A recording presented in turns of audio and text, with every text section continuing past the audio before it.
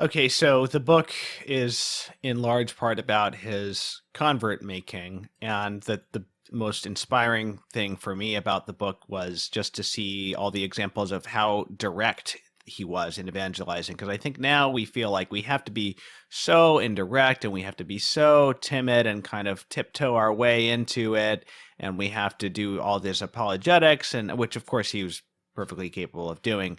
And we should, start with natural law and then, not get into the supernatural stuff too quickly and all that stuff. But he would say, be in a conversation, he would say, let's now talk about your soul. Or in the case of Louis Boudin's, they're having, who was a communist, they're having this conversation about communism and Soviet policies and stuff. And suddenly he just says, let us now talk of the Blessed Virgin. So can you talk Yeah. about that a little bit? Just his way of confronting things in a very direct but somehow winsome way. Um, it's shocking in a way that he did those things. He would say, "Let us talk about your soul. Let's talk about one thing or another." I think the most remarkable story on that level is when he met Clare Boothe Luce for the first time. Now, for people who don't know who she was married to Henry Luce, who owned Time magazine and all the other ancillary magazines that they had, as well as some television outlets. Um, Very wealthy, very sort of erudite and highly, highly intelligent. Mm-hmm. And the poor woman, her mother had died, her mother's boyfriend had died, and he had actually been like a stepfather to Claire and her brother. Um, then, unfortunately, her daughter, Clare Boothe Luce's daughter, died in a car accident, which has got to be the worst thing that any mother could wake up to. And they say, "I'm sorry, your daughter had a car accident." She was in college, driving down from San Francisco, where she and her mother had spent a couple of days together. So Claire was at loose ends. At this time, she's a congresswoman from Connecticut, and she gets deeper and deeper and deeper into depression. And one night, she is in a hotel room in New York City, and she's thinking about jumping over the side because that's what three of her friends had done. Mm. And we all know that suicide can be catching. Mm. So, by the grace of God, she, instead of jumping over, after contemplating it for a while, she called a priest who had been sending her letters at her congressional office. He was never asking for money or anything. He was just sort of saying things like, "God bless you, thank you for everything you do," that sort of thing. And he got called at 2 in the morning, and she apologized, and he said, "Oh, no, no, no." He said, "We have been praying for this call. Mm. We have been praying for this call. Mm. I know you're very sad in a low point, and the person who can help you is Fulton Sheen." Mm. And so this kind priest from, I believe he was from Ohio or Iowa, somewhere in the Midwest, um, called Fulton Sheen. Fulton Sheen called her up and invited her to dinner at his house. He had a chef, so, and a chaperone. It was all quite up and up. And he said, "I'll talk for 5 minutes, and then you can talk for however long you want to talk."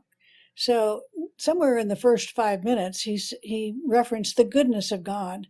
And Clare Boothe Luce jumped out of her chair and said, "Goodness, your God is not good. Look what he's done. Why did he take my child? If he's good, he wouldn't have taken my child." And Bishop Sheen said, and this is extremely blunt, that her death was the price for your redemption. Mm. I can almost not say that because it's just such a poignant moment, I think. And she said she knew in that moment that this was the person who was going to bring her into the Catholic Church. Mm. And so she was on board with it after that. But that is the baldest uh, Yeah. conversion Yeah. story that I've ever heard, I think. Yeah. Another great one is when he goes to visit a woman whose husband had wanted to commit suicide or something, Oh, but they're yeah. not at home. And so he goes to the apartment building and he says, well, as long as I'm here, let me see who else lives here. And so he knocks on the door across the hall and finds out that this composer, Fritz Kreisler, and his wife, uh, is that his name, Kreisler? Chrysler, yes. And his wife live there. And he just sits down and starts talking to them and asks them if they're interested in, you know, being what's the term? Not RCIA, but something along Would those they like lines. instruction, Yeah, were or they would like be instruction that interested in instruction joining in the the faith? Catholic Church? And they Yeah, said yes. So you just never know. that's a big, big surprise. Or the stewardess that was on a plane that he was in, flying back from Asia after he had been to the leper colony over there, and he just couldn't get over the leper colony, and he was so thrilled. At first, he was horrified at the lepers, their terrible disfigurement and what have you, and he was passing out rosaries and blessings, and he would drop the rosary beads from on high into their hands because he didn't want to touch them. And then he suddenly saw in them the face of Christ. And then he took their hands and he held them and he kissed them and he gave them the rosaries and blessed them. And this was a very moving experience for him. And he was sharing it with the stewardess on the way back. And a couple of months later, who should knock on the door but the stewardess wanted to talk to Fulton Sheen to tell him she was leaving the airlines and she was joining a convent to become a missionary sister in Asia. Wow. I Wow. mean, if you sit next to him and you're not Catholic at the end of the trip, something's gone wrong. Yeah, it's amazing. Yeah, I mean, it's just inspiring, that kind of boldness in the Holy Spirit. I mean, I don't know that we can all just sort of make a decision to be exactly like he was, because it takes holiness. It takes you have to know when the Spirit is guiding you. You have to be docile and all of that. But it just seems like something that we could all learn from today, is that you know um not to pick on anybody in particular, but some people were complaining that at the inauguration yesterday, as we're recording this, Cardinal Dolan, or no, 2 days ago, Cardinal Dolan did not mention the name of Christ in his opening prayer, whereas the Protestant Franklin Graham did.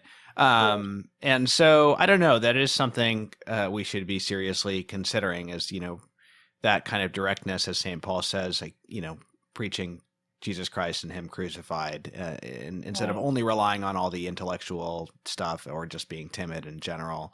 Um, yeah. So that was the chief thing I got out of the book, actually. Well, one of the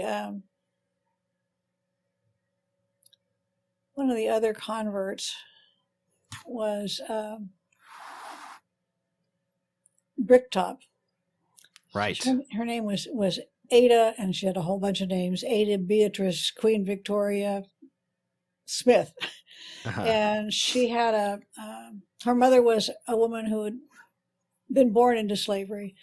Uh, and so Ada is born around really close to Sheen towards the end of the 19th century. And she never did have instructions from Sheen. She was a nightclub owner and an entertainer. Right. She was very big in Paris between the two world wars. All of the American expatriates that were there went to her. She kept a table just for Cole Porter, who wrote her Mm-hmm. a song that became her signature song. Mm. Um, but she came home as the Nazis were getting ready to roll into Paris. And so she came back to the United States, and there was a terrible color barrier here that she hadn't experienced over in Europe. Mm. The color barrier was insurmountable. And so she found that she was really in the depths of her despair, and she met a friend or somebody who had worked with her before, who had just been a terrible person, but now was very loving and open. And so she said to him, "Well, what happened to you? I mean, what happened to you?" And he said, "Well, I became a Catholic." And she said, "What does that have to do with anything?" He said, "Well, you should listen to Bishop Sheen." So she started listening to him on the radio, and it made so much sense to her that she ultimately converted, but she didn't go to Sheen to convert her. He gave her kind of the intellectual stuff that she needed, and then she went to her local priest. Right. And that's amazing to me. We had a talk here in town, I don't know, 5 or 6 years ago by Patrick Coffin, and he mentioned that he had been converted through radio, Catholic radio. Right. So I think we can't dismiss the power of the medium. Right. Yeah. And a number of the figures he focused on were communists. I mentioned Louis Boudin's. That story is quite interesting as well. Yes, Louis Boudin's. It took him about 8 years to finally convert, because he was so convinced of the message of communism. And he also thought that communism in the United States wouldn't be like communism was in Russia. He thought it would be a kinder, gentler kind of communism.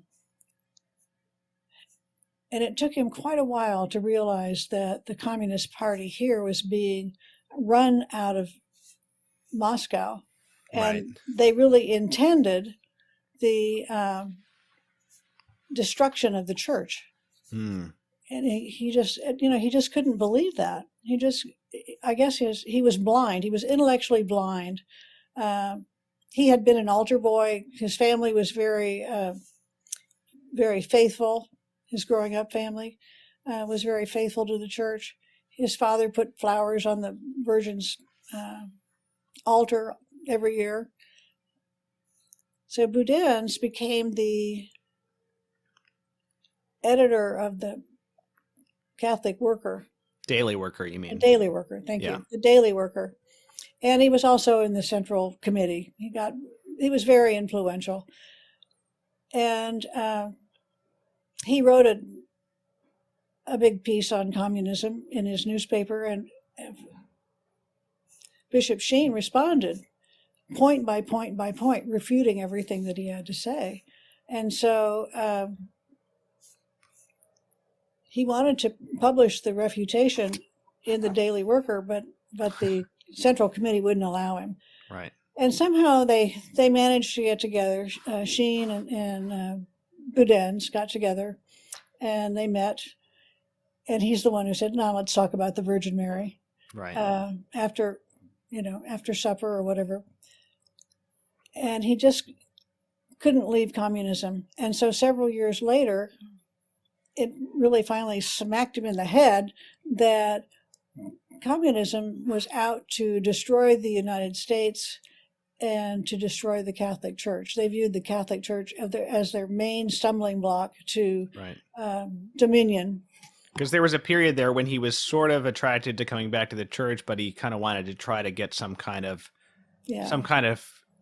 common ground between communism and the church or something. Yes. I mean, it was false hope. Right. It was obviously false hope.